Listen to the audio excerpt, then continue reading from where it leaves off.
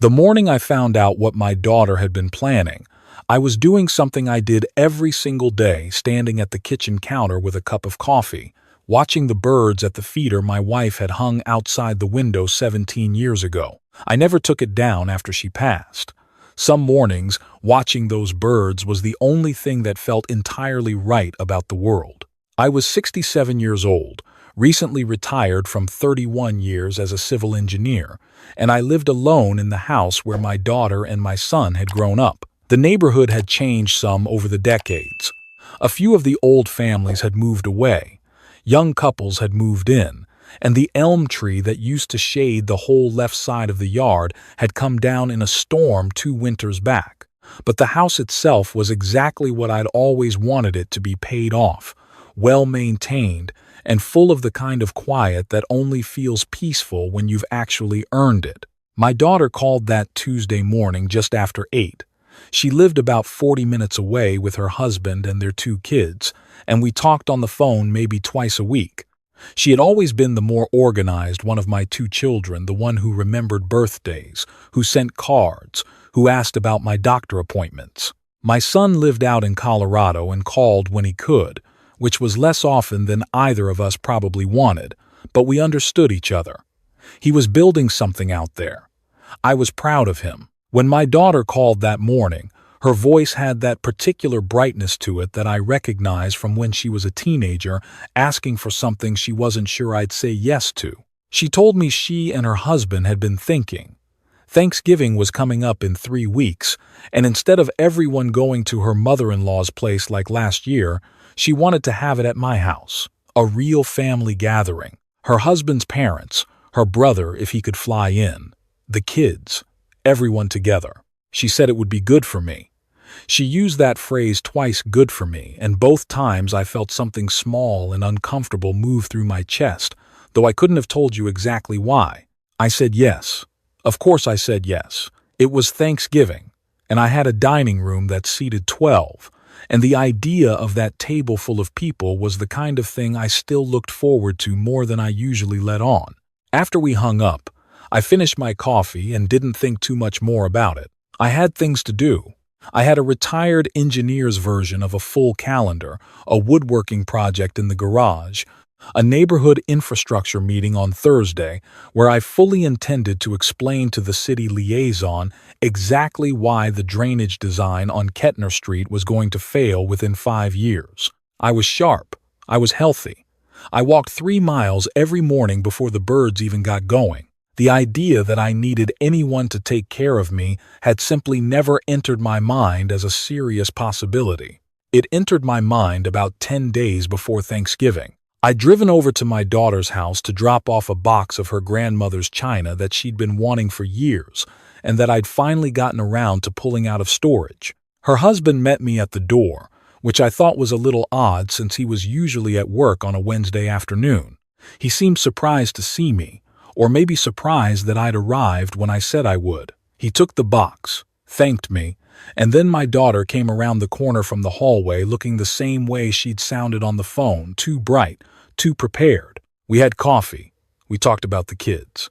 And then I used the bathroom, and on the way back down the hall, I passed the door to the small room they used as a home office. The door was mostly closed, and I wouldn't have paid any attention to it, except that on the desk, I could clearly see a stack of papers with a yellow sticky note on top. And on that sticky note, in my daughter's handwriting, were the words, "Dad signs Thanksgiving." I didn't stop walking. I went back to the kitchen, sat down, finished my coffee, talked for another 20 minutes about nothing in particular, and drove home. I sat in my driveway for a long time after I turned the engine off. I am not a man who jumps to conclusions. 31 years of engineering will do that to you. You learn very quickly that the story the evidence seems to be telling is not always the story that's actually true, and that the most expensive mistakes come from reacting before you understand. So I sat there and I thought carefully about what I'd seen, and I allowed for every reasonable explanation. Maybe it was something routine. Maybe it was related to the house in a normal way. Maybe I was misreading the whole thing. But I also knew my daughter, and I knew her husband, And I knew that he had been between jobs for almost 8 months, that they had refinanced their house twice in 4 years, and that the last time I'd had a real conversation with my son-in-law about money, he'd made a comment about real estate values in our neighborhood that I'd let go at the time but hadn't entirely forgotten. My house was worth a great deal more than it had been when I bought it. The next morning, I called my attorney. I'd used the same man for over 20 years. He'd handled my wife's estate. He'd reviewed every contract I'd signed since 1998, and he was the kind of person who didn't waste words. I told him what I'd seen. I told him my concerns. He asked me 3 questions, told me to come in Thursday morning, and said, "Don't sign anything. Don't mention anything. Come see me first." I didn't sleep particularly well that week, but I want to be clear about something. I was not afraid. What I felt was something closer to grief, the specific, quiet grief of watching someone you love reveal a version of themselves you'd hoped didn't exist. My daughter was not a bad person. I genuinely believed that then, and I believe it now. But she was a person under financial pressure, married to a man who I suspected had been doing the thinking for both of them lately, and pressure has a way of making people reach for things they'd never have reached for otherwise. My attorney was thorough. He explained several possibilities based on what I'd described, the most likely being a durable power of attorney, a document that, if I signed it, would give my daughter and her husband significant authority over my financial and property decisions. In the wrong hands, that kind of document can move very quickly. He also told me something that tightened my jaw considerably, that in the weeks prior someone had made 2 separate inquiries to the county assessor's office about the title status of my property, public record, easy enough to look up if you know what you're looking for. We made a plan. I want to describe it carefully, because it was not a dramatic plan. It was not a trap, exactly. It was more like removing the floor from beneath something that was already built on nothing. My attorney drafted a document. On the surface, it looked similar to what I suspected they were going to present to me. But what it actually contained was an agreement, carefully, legally written, that acknowledged the financial history between myself and my son-in-law, including 2 personal loans I had made to them over the years that had never been repaid, totaling just under $40,000. The document framed these as formal debts with a repayment structure. It was entirely enforceable, and it did not give anyone authority over anything of mine. The idea was simple. If they brought papers for me to sign, I would already have papers of my own. I spent the remaining time before Thanksgiving being exactly who I always was. I called my daughter twice.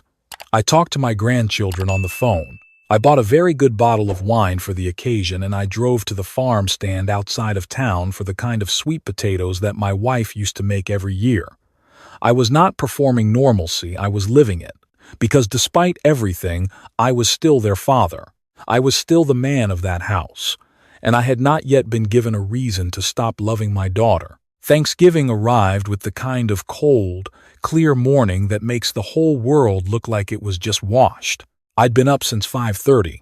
By the time anyone arrived, the turkey was in the oven, the table was set with my wife's good dishes, and the living room had the smell of a home that had been lived in long enough to know how to welcome people. My son-in-law's parents arrived first, a quiet couple from Pennsylvania who I'd always liked and who seemed to like me in return. Then my daughter and her husband, my grandchildren spilling into the hallway ahead of them in their good clothes, already looking for the dog they always forgot I didn't have. My son had not been able to make it from Colorado, which my daughter had told me 2 days before with a casualness that, in retrospect, I understood. The afternoon moved the way those afternoons do, slowly, warmly, with the particular rhythm of a family that knows each other well enough to be comfortable and well enough to be careful. My son-in-law grilled the kids in the backyard while the turkey finished. His mother helped with the green beans. I stood at the counter and watched my daughter move around my kitchen like she'd been doing since she was 12, and I felt the full, complicated weight of loving someone you are also, in that moment, very disappointed in. We ate. The food was good. My grandchildren argued about something that mattered enormously to them and not at all to anyone else: My son-in-law's father told a story about a hunting trip that went wrong in a way that made everyone laugh, including me. These are the moments that make family complicated, the realness of them, the way they sit right next to the other things, not canceling each other out.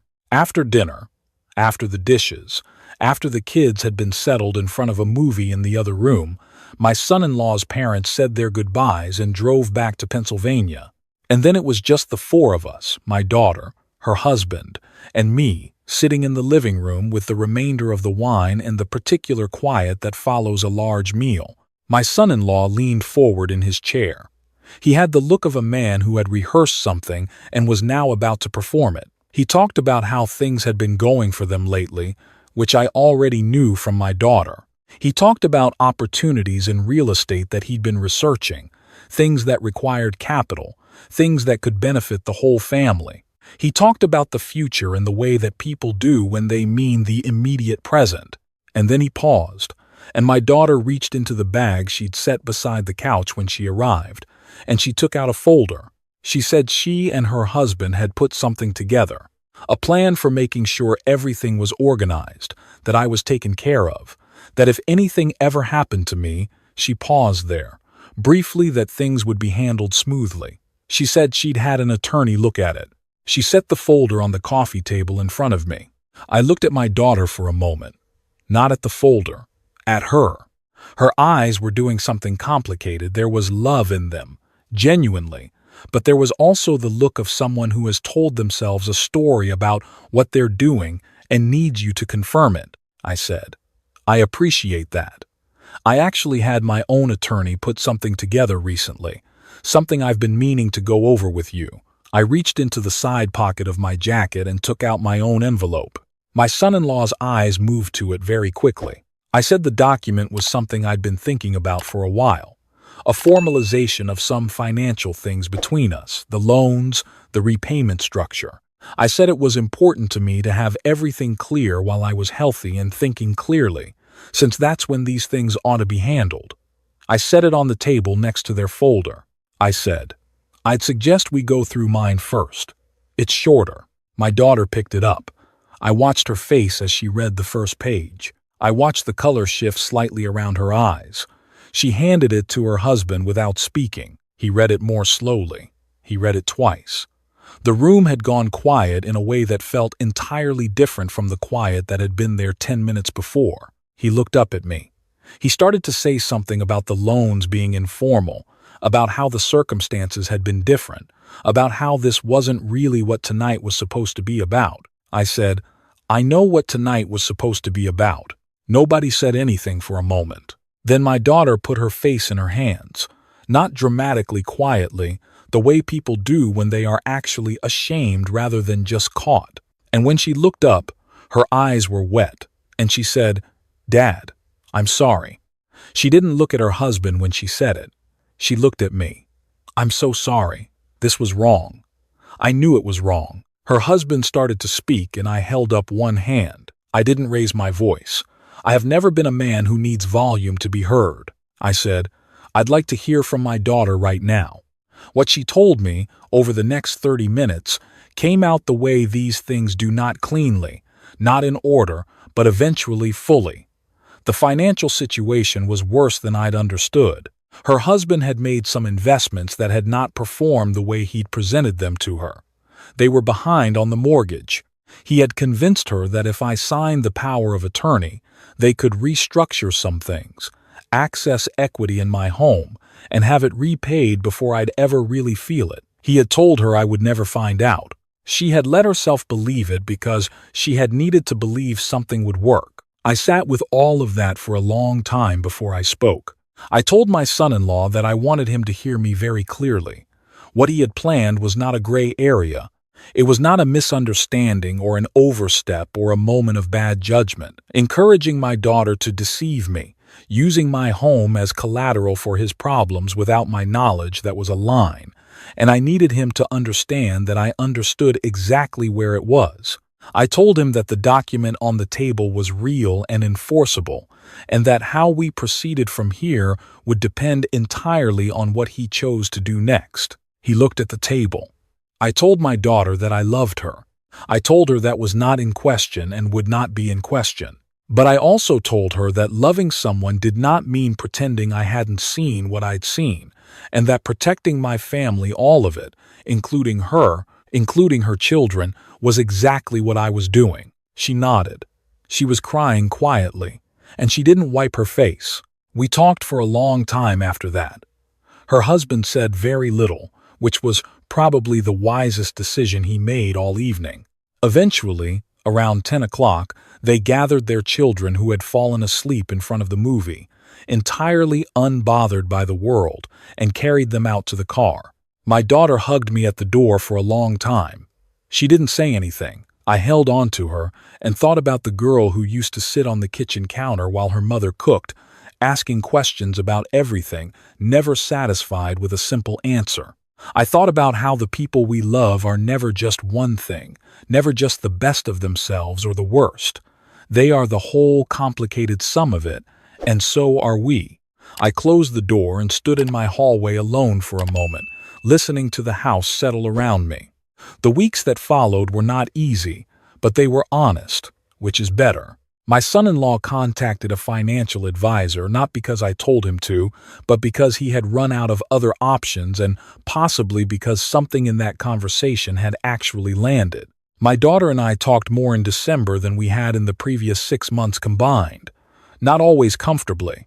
Sometimes she cried. Sometimes I didn't say much because there wasn't much to say yet. But we talked. I told my son about all of it in a phone call the week after Thanksgiving. He was quiet for a long time, and then he said something that I've thought about often since.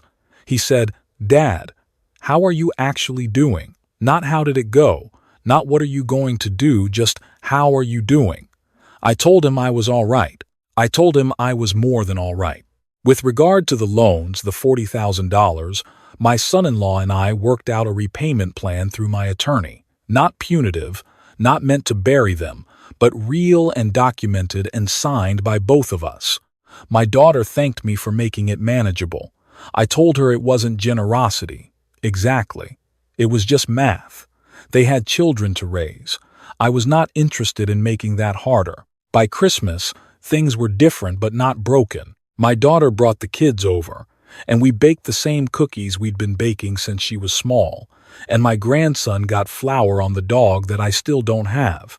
And I laughed at that harder than I'd laughed at anything in a while. My son-in-law was quieter than usual, but he was present, and when he helped me carry boxes down from the attic for the decorations, he said, without looking at me, that he was sorry. Just those 3 words. I said, "Okay." I meant it. I have thought about what it means to forgive someone, really forgive them, not just say the words and keep the wound open underneath. I think it means deciding that the story isn't over, that the version of a person who did something wrong is not the only version that will ever exist. My daughter made a serious mistake. She was scared and she trusted the wrong person's plan and she let herself be led somewhere she should have turned back from. That is true. Also true, she looked me in the eye and apologized without being asked twice. Also true, she is still my daughter, and she always will be. The birds are still at the feeder. I filled it this morning before my walk, the way I do every morning, and stood for a minute in the cold watching them. The elm is still gone from the left side of the yard, but the yard looks different in winter anyway, and I've gotten used to it. I'm thinking about planting something in the spring, not a replacement, just something new, a different tree for a different time. 67 years old, retired, healthy, clear-headed. I know who I am, and I know what I have, and I know what I'm willing to protect. There are people who would hear everything that happened and call me lucky, maybe, but I think the more accurate word is ready. I had spent 31 years learning how to look at a problem and understand what it actually was, not what it appeared to be. I had spent 67 years learning that the people worth holding on to are sometimes the ones who have already let you down once. My house is still mine. The table is still big enough for 12, and next Thanksgiving, I already have plans to fill it.